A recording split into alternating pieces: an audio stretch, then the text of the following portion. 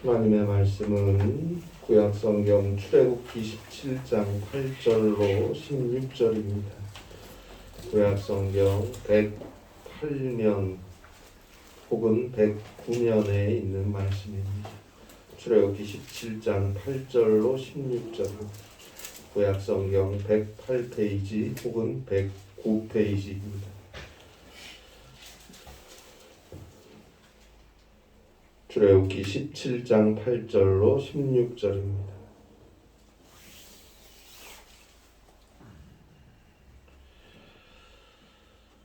출애굽기 17장 8절로 16절, 귀한 하나님의 말씀을 우리 함께 한 목소리로 봉독하겠습니다. 그때 아말렉이 와서 이스라엘과 르비딤에서 싸우니라. 모세가 여호수아에게 이르되 우리를 위하여 사람들을 택하여 나가서 아말렉과 싸우라. 내일 내가 하나님의 지팡이를 손에 잡고 산 꼭대기에 서리라. 여호수아가 모세의 말대로 행하여 아말렉과 싸우고 모세와 아론과 훌은 산 꼭대기에 올라가서 모세가 손을 들면 이스라엘이 이기고 손을 내리면 아말렉이 이기더니 모세의 팔이 피곤함에 그들이 돌을 가져다가 모세의 아래에 놓아 그가 그 위에 앉게 하고 아론과 훌이 한 사람은 이쪽에서 한 사람은 저쪽에서 모세의 손을 붙들어 올렸더니 그 손이 해가 지도록 내려오지 아니한지라. 여호수아가 칼날로 아말렉과 그 백성을 쳐서 무찌르니라. 여호와께서 모세에게 이르시되 이것을 책에 기록하여 기념하게 하고 여호수아의 귀에 외워 들리라. 내가 아말렉을 없이하여 천하에서 기억도 못하게 하리라. 모세가 제단을 쌓고 그 이름을 여호와 니시라 하고 이르되 여호와께서 맹세하시기를 여호와가 아말렉과 더불어 대대로 싸우리라 하셨다 하였더라. 아멘. 초대교회사에 나오는 이야기입니다. 초대교회에 유스틴이라는 신실한 그리스도인이 있었다고 합니다. 그는 유니우스 루스티쿠스라는 로마의 재판장 앞에 끌려 나갔습니다. 예수를 믿는다는 이유로 억울하게 붙잡혀서 재판을 받게 되었습니다. 그가 신앙을 포기하지 않으면 그대로 처형당할지도 모르는 시간이 된 것입니다. 로마의 재판장이었던 유니우스 루스티쿠스는 너가 정말 천국에 올라가 상급을 받을 것이라고 생각하느냐? 라고 물었어요. 유스틴은 그 질문에 당당하고 분명한 어조로 이렇게 대답했습니다. 나는 그렇게 생각하는 것이 아니라 그렇게 알고 그렇게 믿고 있습니다. 나는 그렇게 생각하는 것이 아니라 그렇게 알고 그렇게 믿고 있습니다. 여러분, 우리 그리스도인들은 생각하는 게 아니고 아는 것이고 그리고 믿는 것입니다. 예수는 그리스도라고 생각한다는 것은 그리스도인의 대답이 아닙니다. 나는 예수는 그리스도라는 것을 믿습니다. 나는 예수는 그리스도라는 것을 압니다. 이것이 참된 그리스도인의 대답인 것입니다. 그럼 우리가 어떻게 알고 어떻게 믿는 걸까요? 하나님의 말씀, 성경을 통해서 우리는 아는 것이고 믿는 것입니다. 아는 것보다 믿는 것이 먼저입니다. 중세 신학자였던 안셀름은 이런 유명한 신앙 명제를 남겼습니다. 나는 알기 위해서 믿는다. 나는 알기 위해서 믿는다. 하나님의 말씀은 살아계신 하나님의 말씀입니다. 그 말씀은 우리의 영혼, 육, 삶에서 지금도 살아 역사하십니다. 히브리서 4장 12절 말씀대로 하나님의 말씀은 살아있고 좌우의 날선 어떤 검보다도 예리하여 우리의魂과 영과 및 관절과 골수를 찔러 쪼개시고 우리의 마음의 생각과 뜻을 판단하십니다. 그런데 그러한 살아계신 하나님의 말씀이 나에게 활동하며 나에게 유익을 주기 위해서, 다른 말로 하면 살아계신 하나님의 말씀이 나의 오늘 나의 현실에서 구체화되고 나타나기 위해서 우리에게 필요한 것은 믿음입니다. 히브리서 4장 2절 말씀대로 말씀을 듣는 자가 믿음으로 받을 때에만 그 말씀은 나에게 유익이 되는 것입니다. 그래서 이제 그 하나님의 말씀이 사실임을 알게 되고 그가 말씀의 증인으로 사는 것입니다. 그래서 나는 알기 위해 믿는 것입니다. 먼저 하나님의 말씀이 사실인지 내가 알게 되면 그 다음에 나는 믿겠다는 것은 틀린 말입니다. 세상 지식이나 이론이라면 그 말이 맞아요. 가설도 한번 여러 개 세워보고 하나하나 실험도 해보고 연구도 해보고 그 중에서 사실로 입증되는 것을 믿는 것이 맞는 말이에요. 그러나 이것은 살아계신 하나님의 말씀입니다. 인격과 인격의 만남입니다. 그가 말하는 것을 믿고 그의 말을 사랑하고 그를 사랑하고 그와 사귀어 나아갈 때 비로소 그에 대해서 알게 되는 것입니다. 먼저 믿으면 그 믿음과 하나님의 말씀이 사실임을 반드시 알게 될 것입니다. 우리가 언제나 무슨 일에도 먼저 기도하며 하나님의 말씀을 귀 기울여 듣고 믿고 순종할 때 그 말씀대로 우리의 삶이 진행되어 가고 있음을 알게 될 것입니다. 그런데 언제까지 생각만 하고 있을 겁니까? 언제까지 내 생각에는 아무리 생각해봐도 글쎄요, 언제까지 이런 식으로 신앙생활을 하며 살겠습니까? 이제 믿어야 합니다. 전적으로 믿으세요. 창조주여 전지전능하시며 역사의 주관자이신 살아계신 하나님의 말씀입니다. 하나님은 말씀으로 세상과 온 우주를 창조하지 않으셨습니까? 그냥 말씀이 아니에요. 창조하는 말씀입니다. 그리고 죄로 죽을 수밖에 없는 우리를 용서하시고 구원하시기 위해 소위 죄로 죽어야 하는 우리의 생명을 용서하셔서 영생의 생명으로 재창조하시기 위해서 그 하나님의 말씀이 육신을 입고 우리 가운데 직접 오시지 않았습니까? 요한복음 1장 14절 말씀대로 그분이 바로 예수 그리스도 아닙니까? 오셔서 우리와 함께 우리를 위해 사셨고 마침내 우리의 모든 죄악을 대신 다 담당하시고 저 죄인의 참혹한 십자가 위에서 죽으시고 죽은 자 가운데서 다시 살아나셨어요.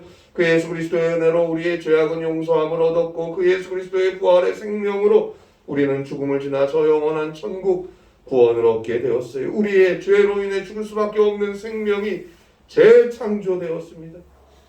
지금도 그 말씀이 성령으로 그 예수 그리스도께서 성령으로 우리의 영혼과 삶에서 역사하심으로 우리의 생명을 그리스도에게로 구원받은 자의 생명의 길로 인도하고 계시지 않습니까? 지금도 그 하나님의 말씀은 그 예수 그리스도의 능력은 우리를 재창조하고 계십니다. 그래서 날마다 주 안에서 새롭다.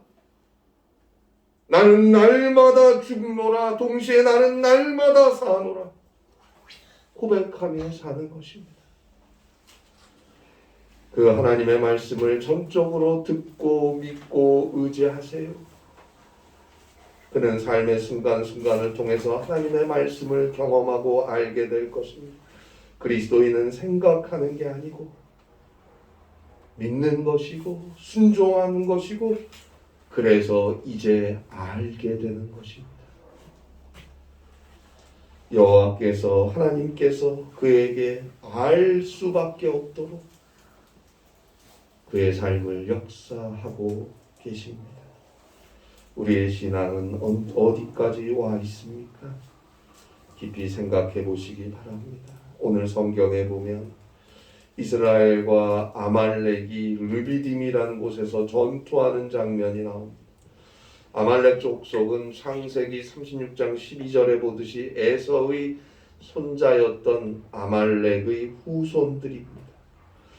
아말렉 족속은 가나안과 애굽 사이의 메마른 지역 사막에 살았던 베두인족이었어요. 베두인족이라는 말은 유목 생활을 하는 아랍인들을 의미하는 거예요.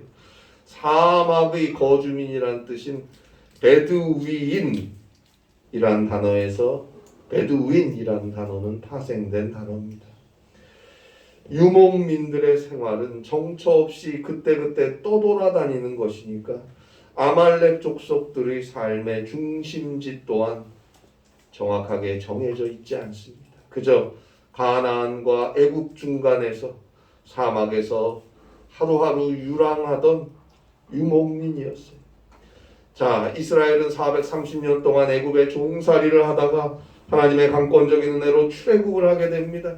하나님께서 모세를 통해서 역사하셔서 이스라엘 백성들을 애굽에서 자유하게 해주셨어요. 그리고 약속의 땅 가나안을 향해 광야 40년의 길을 가죠.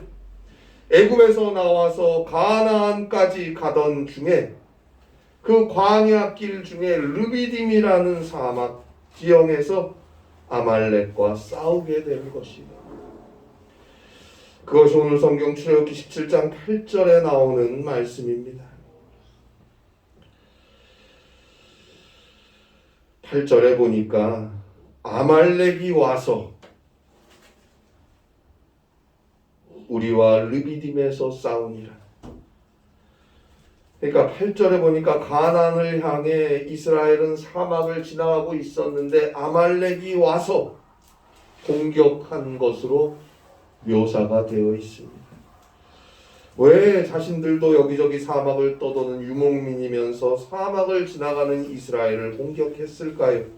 신명기 25장 17절로 19절에 보면 아말렉은 이스라엘 백성들에게서 자신들이 필요로 하는 식량이나 물자를 약탈하기 위해서 등 뒤에서 이스라엘을 습격했음을 알 수 있습니다. 그런데 아말렉이 이스라엘을 뒤에서 기습한 그 기사에서 신명기 25장 18절 마지막에 보면 아말렉에 대해서 하나님을 두려워하지 아니하였느니라 라는 언급을 하고 있습니다. 이 말씀은 물론 하나님이 택한 백성이었던 이스라엘, 당시 하나님께서 친히 애굽에서 구원하신 이스라엘 백성을 뒤에서 몰래 쳤으니까 하나님의 백성을 공격한다는 건 그 자체로 하나님을 두려워하지 않는다고 할 수 있는 것이어서 이렇게 표현한 것이지만 신명기 25장 18절에 나오는 아말렉 족속에 대한 하나님을 두려워하지 아니하였느니라 라는 말씀에는 그보다 더 깊은 의미가 있습니다. 고대 사막에는 불문율이 있었어요. 그것은 그 뜨거운 사막에 있는 우물을 독차지할 수 없고 같은 유목민들, 유랑민들끼리 서로 방해하지 않고 싸우지 않는 것이었어요. 서로 제 갈 길을 가면 되는 거예요. 그런데 아말렉 족속은 이스라엘 백성들이 자신들이 떠돌아다니던 그 사막을 지나가는 것을 보았는데 가만히 보니까 이스라엘 백성들은 애굽에서 가지고 나온 짐들이 있잖아요. 그러니까 그것을 빼앗으려고 몰래 뒤에서 공격했고, 그리고 여태까지는 사막의 우물은 자신들의 차지였는데 이스라엘 백성들이 잠시나마 그것을 함께 써야 한다는 것이 싫어서 공격한 거예요. 이 땅에 살면서 서로 양보하고 함께 나누고 서로의 길을 존중해 주어야 하는데 그게 싫어요. 그래서 혼자 가지려 하고 욕심을 내고 심지어 남이 가지고 있는 것을 빼앗으려고 하는 행위 자체가 하나님을 두려워하지 않는 것이라는 뜻이에요. 그가 예수를 믿건 안 믿건 기독교인이건 아니건이 중요한 게 아니고 하나님이 정해놓은 질서와 평화와 화해와 사랑과 나눔을 깨트리는 행위 자체가 하나님을 두려워하지 않는 행동이라는 걸 우리는 알아야 합니다. 하나님이 지으시고 섭리하시고 운행하시는 세상입니다. 하나님의 모든 것입니다. 다 하나님의 것입니다. 세상의 주인은 하나님이십니다. 하나님이 운행하시는 하나님의 세상입니다. 하나님의 것을 하나님이 우리에게 나누어 주시는 거예요. 그러면 서로 감사하며 나누어 쓰고 함께해야 하는 것입니다. 서로 사랑함으로 공유해 가야 하는 거예요. 그런데 그저 내 것 하며 욕심내고 심지어는 뒤에서 몰래 틈을 타서 남의 것을 빼앗으려고 하고, 그것이 뭐 돈이건 물질이건 성이건 생명이건 명예건 그것은 다 하나님을 두려워하지 않는 죄라는 걸 우리는 분명히 알아야 합니다. 나는 하나님 몰라요. 나는 예수 믿지 않아요. 그런데 내가 하나님과 예수님과 무슨 상관이 있습니까? 당신이 아무리 그렇게 말해도 그것은 하나님을 두려워하지 않는 죄인 것입니다. 따라서 하나님께서 엄하게 그 책임을 물으실 것입니다. 오늘날 21세기 현대는 걷잡을 수 없이 과학과 기술이 놀랍게 발전하고 있습니다. 그런데 과학과 기술이 그렇게 급격하게 발전하는 것과는 정반대로 점점 더 하나님을 두려워하지 않고 있습니다. 예수를 믿는 우리가 먼저 무릎 꿇고 회개해야 합니다. 정말 간절히 주님께 기도해야 합니다. 주여 불쌍히 여기시고 주여 용서하여 주시옵소서. 함께 기도해야 합니다. 그리고 이제는 주님이 주신 것 주님께 감사하며 주의 사랑으로 나누며 서로 존중하며 함께 살아가야 합니다.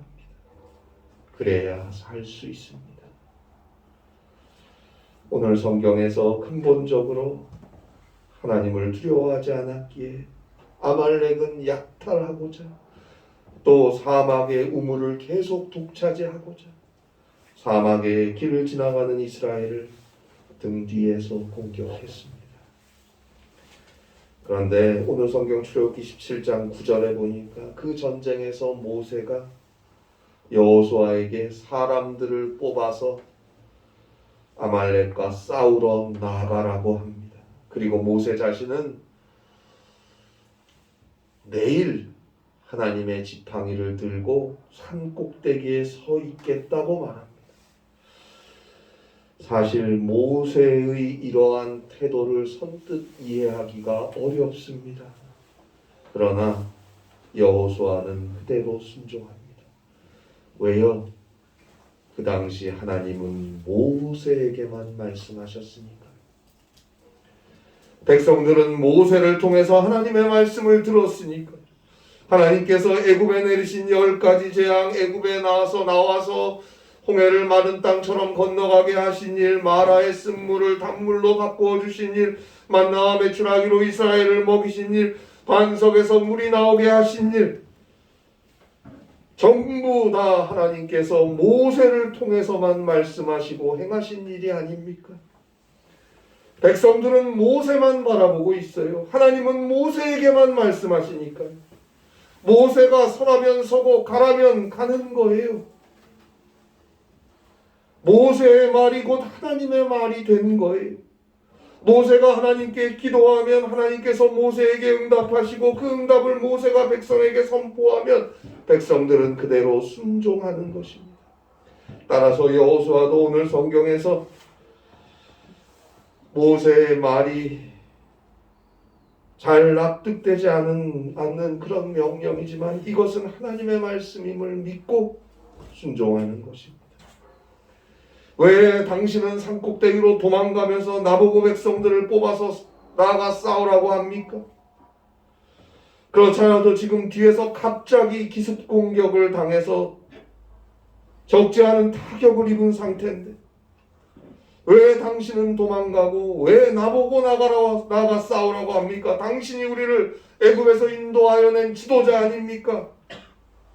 그런데 왜 내가 앞에 나가서 싸워야 합니까? 한마디도 안 해요. 그대로 순종합니다. 순종하여 나가 싸웁니다. 하나님의 말씀이라고 믿었기 때문입니다. 오늘날에는 우리에게 하나님의 말씀이 있습니다. 성경이 있습니다. 이 하나님의 말씀을 따라 우리는 믿음으로 순종해야 합니다. 비록 내 생각, 내 지식, 내 경험, 내 기분에 잘 안 맞는 말씀이라도 주의 말씀입니다. 믿고 따라야 합니다. 자신의 생명이 위태로워질 것이 분명한데도 그대로 순종했던 여호수아처럼 말입니다. 그런데 우리는 생명은 고사하고 기분만 조금 상해도 주의 말씀이라고 해도 듣지 않으려고 합니다. 그리고 오히려 주님을 향해서 잘못된 말씀이라고 떼를 쓰고 있지는 않습니까? 자, 그런데 11절에 보니까 산 꼭대기에 올라간 모세가 손을 들면 이스라엘이 이기고 모세의 손이 내려가면 아말렉이 이겨요. 그래서 12절에 보니까 모세와 함께 산 꼭대기로 올라갔던 아론과 훌이 모세로 하여금 돌 위에 앉게 하고 각각 모세의 한 팔씩 잡고 붙들어 올린 채 있었어요. 그렇게 해가 지도록 있었던 거예요. 왜요? 모세의 힘이 빠져서 팔을 내리면 아말렉이 이기니까요. 모세의 팔이 올라가 있어야 이스라엘이 이기니까요. 그러니 해가 지도록 아론과 훌이 모세의 팔을 하나씩 양쪽에서 붙들고 있었던 거예요. 결국은 13절에 보는 대로 이스라엘이 아말렉을 이겼습니다. 자, 어찌 보면 민족의 지도자라는 모세는 산꼭대기에서 구경꾼으로 자리 잡은 것 같고 여호수아는 피가 터지도록 현장에서 목숨을 걸고 싸워야 했어요. 그런데 정작 전쟁은 모세의 손이 올라가면 이기다가도 모세의 손이 내려가면 졌어요. 분명히 현장에서 지휘관은 여호수아예요. 앞에서 전쟁을 이끄는 장수는 여호수아예요. 그런데 전쟁의 성패는 여호수아의 지도력이나 전략이나 전술이나 용맹함에 달린 것이 아니고 하나님께 달려있는 것이에요. 여호수아는 전쟁하면서 오늘 그것을 배우게 된 것입니다. 결국 이스라엘이 이겼지만 여호수아가 잘 싸워서 이긴 게 아니에요. 모세가 하나님을 향해 손을 들었기 때문에, 이 말은 모세가 하나님께 도움을 구했기 때문에 하나님께서 도와주셔서 이긴 것입니다. 결국 죽을지도 모르는 전쟁에서도 하나님의 말씀임을 믿고 순종하며 싸움터의 백성들을 이끌고 나갔던 여호수아는 이 전투를 통해 여호와 니시라는 사실을 배우게 되었어요.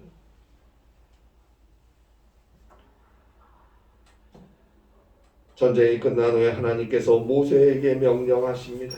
오늘 성경 출애굽기 17장 14절이죠. 오늘 이 전투를 하나님이 이기게 하신 이 전투를 책에 기록하여 기념하고 여호수아의 귀에 들려주는데 그냥 들려주는 게 아니고 외우게 하라. 외우게 하라.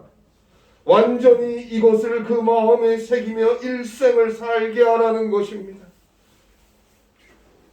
하나님이 이 전투를 통해 여호수아에게 일생 새기며 살라고 하신 말씀은 바로 여호와 니시입니다. 15절이죠. 모세가 제단을 쌓고 그 이름을 여호와 니시라 하고, 여호와 니시, 여호와는 나의 깃발이라는 의미예요. 무슨 깃발입니까? 승리의 깃발입니다. 여호와가 나의 승리의 깃발이라는 사실을 여호수아는 오직 믿음으로 나가 싸운 전쟁에서 배우게 된 것이, 알게 된 것이, 하나님의 말씀임을 믿고 순종하여 전쟁터에 나간 여호수아에게 여호와 니시라는 사실이 알게 되어진 거예요. 이제 여호와가 나의 승리의 깃발이라는 오늘 배운 이 진리를 가슴에 새기고, 보세요. 여호수아는 훗날 모세가 죽으면, 모세가 죽고 모세의 뒤를 이어서 이스라엘 백성들을 이끌고 요단강을 건너지 않습니다. 그리고 저 가나안을 정복하는 일을 앞장서서 하지 않습니까? 여호수아는 하나님의 말씀을 믿고 순종하면 결국 하나님께서 나를 이기게 하신다.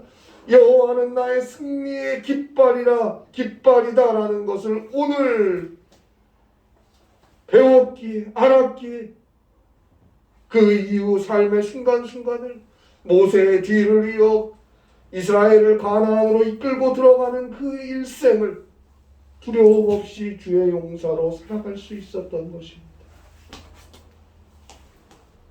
오늘 이 사건 때문에 여호수아는 여호와 니시를 알게 되었고 믿음으로 가나안을 향해 백성을 이끌고 갈 수 있었던 거예요.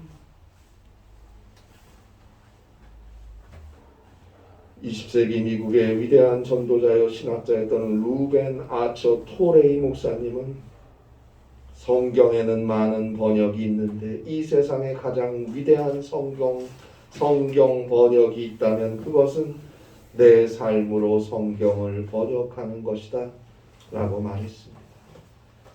여러분이 삶으로 성경을 번역한다는 것은 곧 성경이 여러분의 삶에서 구체화되고 입증된다는 것이고, 그것은 곧 여러분이 오직 믿음으로 하나님의 말씀에 순종하여 살 때 하나님께서 약속하신 하나님의 말씀대로 여러분의 삶을 치료하시고 지키시고 풍성하게 하시고 세워가시며 인도하신다는 의미인 거예요. 그에게 날마다 간증이 넘치는 거예요. 그의 삶이 곧 간증이 되는 거예요. 위대한 종교개혁가 마틴 루터는 환란이 없었다면 나는 성경을 이해하지 못했을 것이다 라고 고백했습니다. 환란이 없었다면 나는 성경을 이해하지 못했을 것이다. 여러분, 환란 속에서 어려움과 질병과 시험을 당할 때 더 하나님께 엎드려 기도하시고 더 하나님의 말씀을 들으려 하고 더 믿음으로 주의 말씀을 붙잡고 순종하며 살아보세요. 기도하며 믿음으로 주의 말씀에 순종해 보세요. 비로소 알게 될 것입니다. 하나님이 나를 얼마나 사랑하시는지를 알게 될 것이에요. 그리고 그 순간순간 주의 구원을 보게 될 것입니다. 그리고 찬송할 것입니다. 여호와는 나의 승리의 깃발입니다. 여호와 니시, 이것이 우리의 삶의 기념비가 될 것입니다. 이 은혜가 함께 하시기를 바랍니다. 기도하시겠습니다. 하나님 아버지, 오직 믿음으로 주님 앞에 나아가길 원합니다. 주여, 우리의 믿음을 성령께서 도와주셔서 오직 믿음으로 삶을 살아가도록 삶의 순간순간 여호와가 나의 승리의 깃발, 여호와 니시라는 귀한 진리를 알게 해주셔서 험한 세상 믿음으로 승리하며 주의 일을 감당하며 하나님의 함께 하심을 찬송하며 살아갈 수 있는 사랑하는 우리 모든 성도님들, 주의 교회가 되게 하여 주시옵소서. 주의 은혜를 허락하여 주시옵소서. 그리스도의 능력으로 우리를 지켜 주시옵소서. 주의 말씀으로 날마다 새롭게 하여 주시옵소서. 예수님의 이름으로 기도하옵나이다. 아멘.